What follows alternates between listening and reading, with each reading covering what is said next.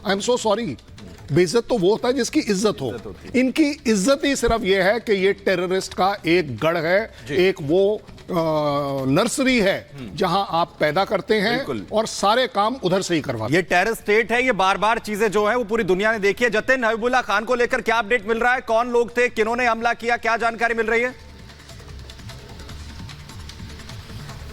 आज बिल्कुल देखिए, बाइक सवार कुछ लोग आए थे, जो जानकारी मिल रही है, और हिजबुल्लाह खान को गोली मारकर फरार हो गए। हालांकि हिजबुल्लाह के बैकग्राउंड पर जब आपको नजर डालेंगे तो ये 2018 से 2020 में लश्कर में रिक्रूटमेंट का काम किया करता था, और कोई खांखोर करके कोई जगह है पाकिस्तान में, वहां पर बाइक पे सवार कुछ अज्ञात बदमाश आते हैं और गोली मारकर फरार हो जाते हैं। हालांकि इस रिक्रूटर जो कि लश्कर के लिए लोगों को रिक्रूट करता था, भर्ती करता था लश्कर के लिए, तो एक बड़ा नेटवर्क भी इसका था। और जिस तरीके से दूसरी तरफ हम दाऊद इब्राहिम के बारे में चर्चाएं सुन रहे हैं और लश्कर के एक रिक्रूटर को गोली मार देना, तो कहीं ना कहीं पाकिस्तान में क्या कुछ चल रहा है वो उसकी जमीनी हकीकत को डिस्क्राइब करता हुआ साफ तौर पर नजर आ रहा है। लेकिन कितना बड़ा नेटवर्क है पाकिस्तान के अंदर आतंकियों का, किस तरीके से पनाह उनको दी जाती है, और जिस तरीके से हम आपको लगातार बता भी रहे हैं कि दाऊद की सिक्योरिटी को लेकर पूरे फ्लोर को सैनिटाइज कर दिया गया। तो एक तरफ पाकिस्तान तो कहता है कि वो किसी भी तरीके के आतंकवाद को अपनी जमीन पर पनाह नहीं देता, लेकिन दूसरी तरफ ऐसी कोई वारदात हो जाती है और कहीं ना कहीं सच्चाई सामने आनी शुरू हो जाती है कि दाऊद पाकिस्तान के अंदर ही है,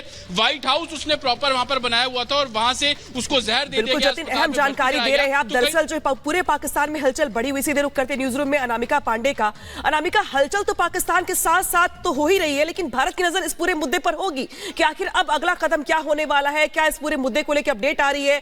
क्योंकि एक तरीके से भारत के जो दुश्मन थे उनका सफाया भी हो रहा है, लेकिन पाकिस्तान में चूंकि हलचल है तो नजर भारत की भी होगी।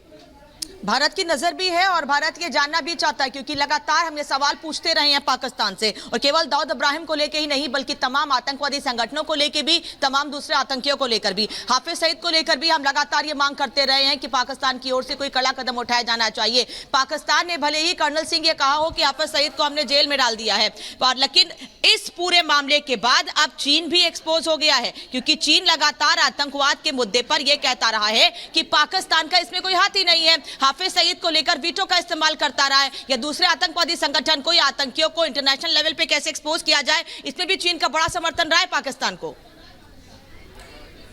तो अनामिका पांडे हम जानकारी दे रही थी कि जिस तरीके से भारत इस पूरे मुद्दे को लेकर लगातार सवाल उठाता रहा है, पूरे इंटरनेशनल लेवल पे पाकिस्तान को बेनकाब करने की कोशिश करता रहा है, ऐसे में जो बड़ी हलचल मची हुई है पाकिस्तान में, जहां पे पूरे पाकिस्तान में अगर बात की जाए तो अब तस्वीर सामने निकल के ये आ रही है कि जो दुश्मन थे भारत के, उनका सफाया लगातार जारी है। हालांकि इस बीच रुख करते सीधे जतिन का, जतिन के पास जाएंगे कर्नल शैलेंद्र। लेकिन देखिए, जो मेरा सवाल था वो लगातार बना हुआ है। आखिर जब आप कह रहे हैं लायबिलिटी है, ठीक है, मान लिया लायबिलिटी है, पाकिस्तान बेनकाब हो रहा है, ये भी सच है, लेकिन नजर तो भारत की भी होगी ना कि जिस तरीके से जिस मुद्दे को लेकर पाकिस्तान झूठ बोलता रहा है, अब उसे जवाब देना होगा। और एक तरीके से सवाल ये भी कि जिस तरीके से अगर बात करें भारत की, तो इंटेलिजेंस जो एजेंसियां हैं, बाकी जो गवर्नमेंट है, नजर इस पूरे मुद्दे पर होगी भारत की भी। देखिए, जब आप बात करते हैं कि जवाब देना होगा, मेरे से ले लीजिए जवाब। अभी जवाब यह होगा कि वो वहां अभी भी नहीं है, वो किसी हॉस्पिटल में नहीं है।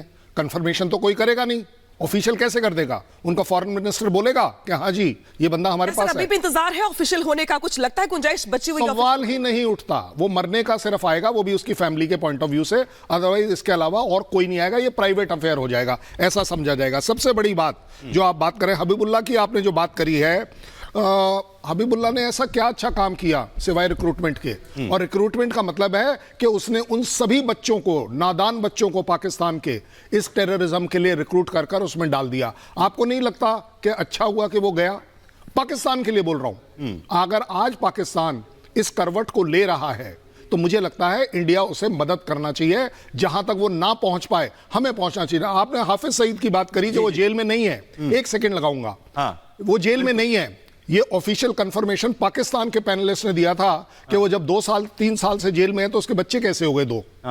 ये मैंने नहीं कहा। यानी सर दिखाने के लिए आप बोल दीजिए, जैसा आपने कहा कि मैं भी अपनी तरफ से कोई भी स्टेटमेंट यहां पर दे दूं, लेकिन भारत के दुश्मनों का सफाया आखिर कैसे हो रहा है, डीप क्लीनिंग आखिर कैसे यहां पर लगातार जारी है? भारत के जो दुश्मन आतंकी हैं उनका एक एक कर सफाया लगातार हो रहा है, क्योंकि जो भारतीय एजेंसियां हैं वो भी उन तमाम आतंकियों को साफ करने में लगातार अपने तमाम ऑपरेशंस को अंजाम दे रही है। जिस तरीके से एक तरफ दाऊद इब्राहिम को लेकर अपडेट यहां पर मिल रही है, वहीं लगातार जो भारतीय एजेंसियां वो बड़ी कार्रवाई कर रही हैं। लश्कर का आतंकी हबीबुल्लाह, जिसे ढेर कर दिया गया है, हबीबुल्लाह को निशाना बनाया गया। टैंक में अनजान शख्स ने दरअसल हबीबुल्लाह को गोली मार दी।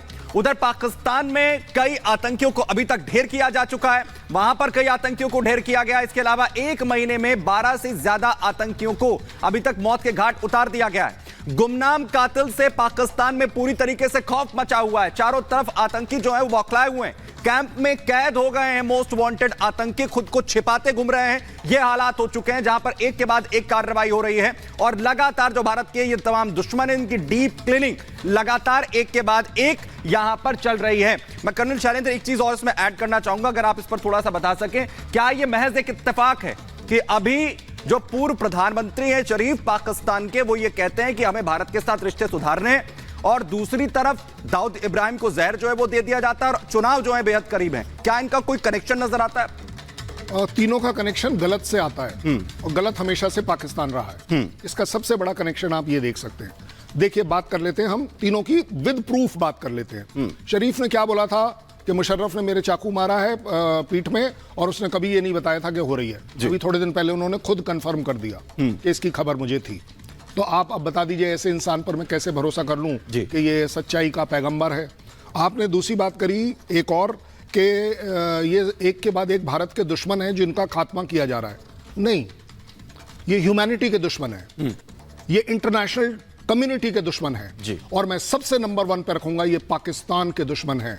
क्योंकि अगर इन्होंने कुछ कंट्रीब्यूट किया है पाकिस्तान में तो सिर्फ गरीबी लाई है, एक रेपुटेशन गिराई है, टेररिज्म लाया है, और अपना नाम, अपने देश का नाम, अपने पाकिस्तानियों का नाम पूरी दुनिया में खराब किया है। आप पता कर लीजिए किसी पाकिस्तानी से कि उसको एयरपोर्ट के ऊपर जैसे उसका दिखाते हैं पासपोर्ट पाकिस्तान, उसको चेक कैसे किया जाता है। बिल्कुल, ये मेरा कंप्लेंट नहीं है, ये पाकिस्तानी का कंप्लेंट। शायद इसी वजह से सर अब पाकिस्तान को ये लग रहा है कि जो रिश्ते भारत के साथ खराब हो चले हैं उसको सुधारने की जरूरत है, और इसके बाद बैक टू बैक ऐसी खबरें सामने आती हैं। पाकिस्तान में छिपे आतंकी दाऊद इब्राहिम की हालत गंभीर है। पाकिस्तान की मीडिया के मुताबिक दाऊद इब्राहिम को जहर दिया गया है, जिसकी वजह से उसे कराची के एक हॉस्पिटल में भर्ती करवाया गया है। पहले रिपोर्ट देखिए।